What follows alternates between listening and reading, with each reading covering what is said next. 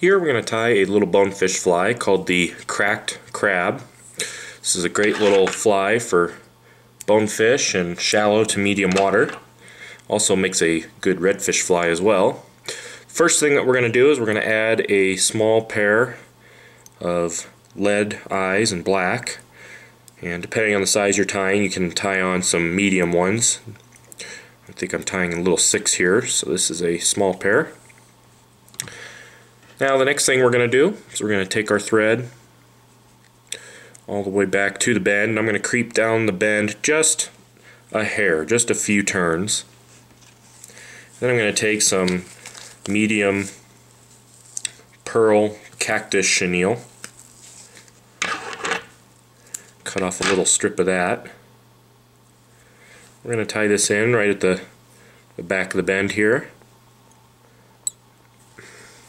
And I'm going to take that cactus chenille, I'm just going to make 2 turns with it, and I'm going to capture it. Now this cactus chenille stands up quite a bit.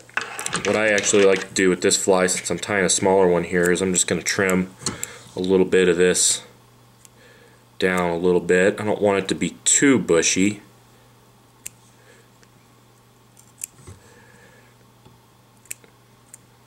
Just a little splotch right there on the back of the fly. There we go.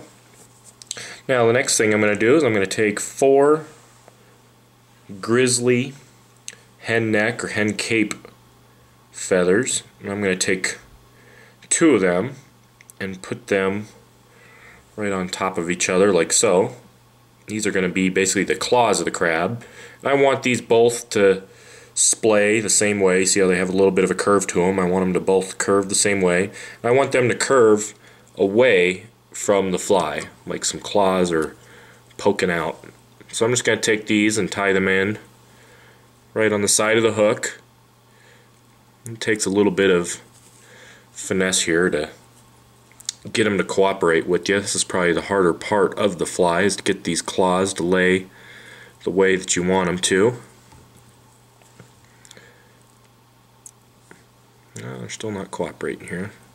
Actually, what I'm going to do is just trim this chenille out of the way for now. I'm going to have to retie it back in just because these guys aren't cooperating. Try this again. What I'm going to do is I'm going to tie them in fairly long. I'm going to just take the stems here. They're still not laying the way I want them to.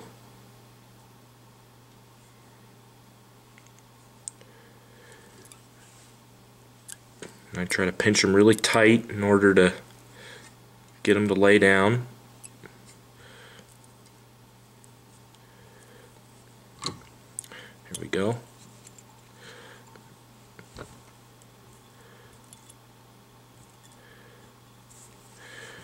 Take my thread forward here and just capture these quills.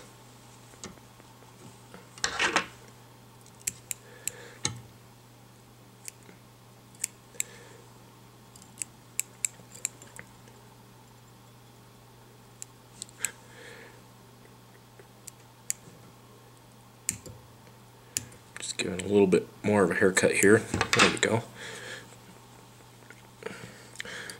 And then I'm ready for my other set of claws. I try to trim them the same length.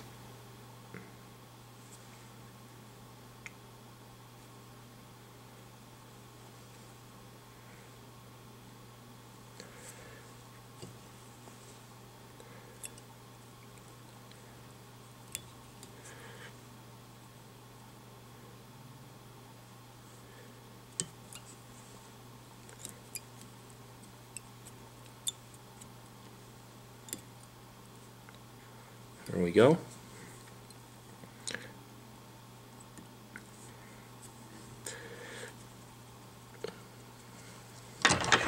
Now the next thing to do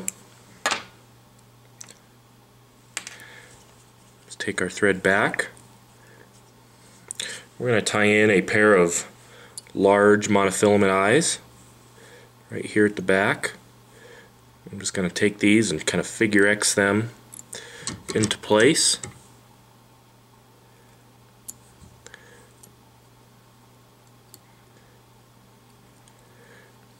There we go. Now I'm going to take that Cactus chenille once more and tie it in.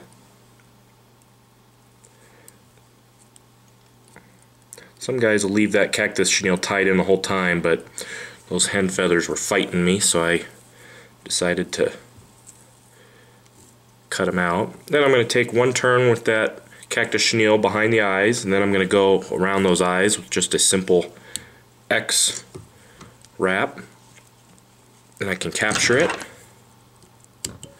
Then I'll do the same haircut here, getting rid of all the long fibers.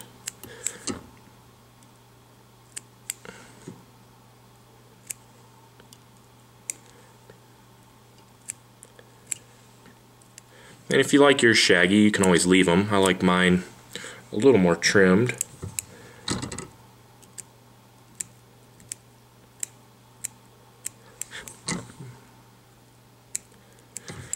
Now what we're going to do is just prepare the body here by laying down a few wraps, wrapping all the way back to the eyes.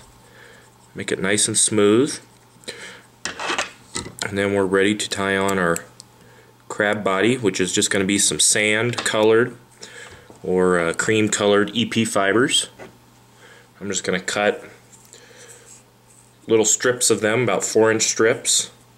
I'm going to take my thread all the way back to the eye, those mono eyes, and then I'm going to take that strip and figure X or wrap in there, pull it all the way back to those eyes, and wrap back up on it.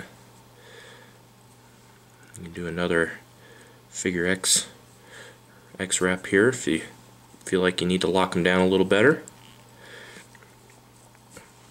Then I'm going to do the same thing. I'm just going to stack usually either 3 or 4 of these pieces of EP fiber in.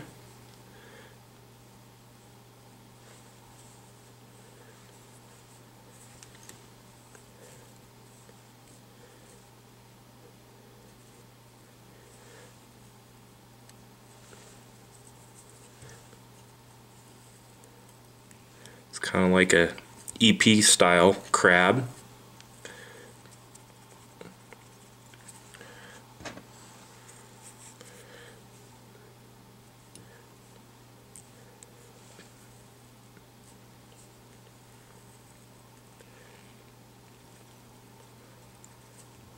I'll try to get one more little piece in here, just right behind these eyes.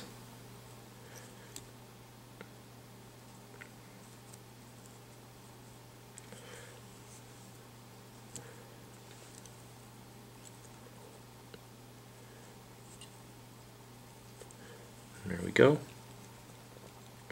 And you can take your thread to right in front of the fly there.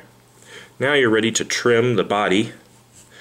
And to do this, I just take all those fibers, draw them up. Then you can get a larger pair of scissors out here. Nice long blade, either hair scissors or just all-purpose scissors. And what I'm going to do is I'm going to cut this at an upward angle and pull the fibers down. I should have an angled body.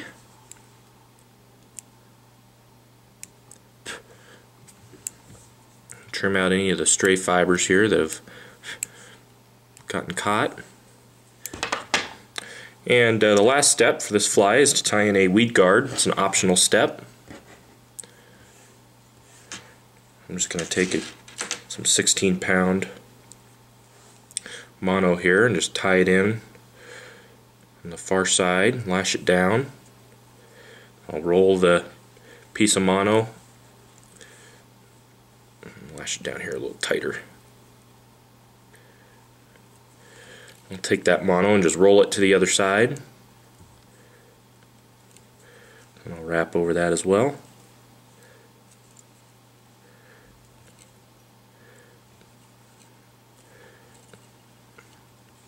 Here we go.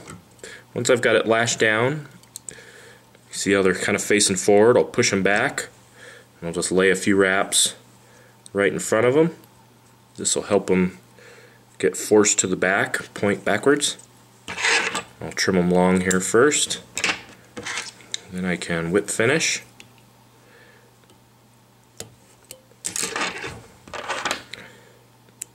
And you want to trim this Weedguard so that the mono is just a little bit longer than the tip of the hook. I trim it almost to the barb. There we go. Give you a better look at the fly here.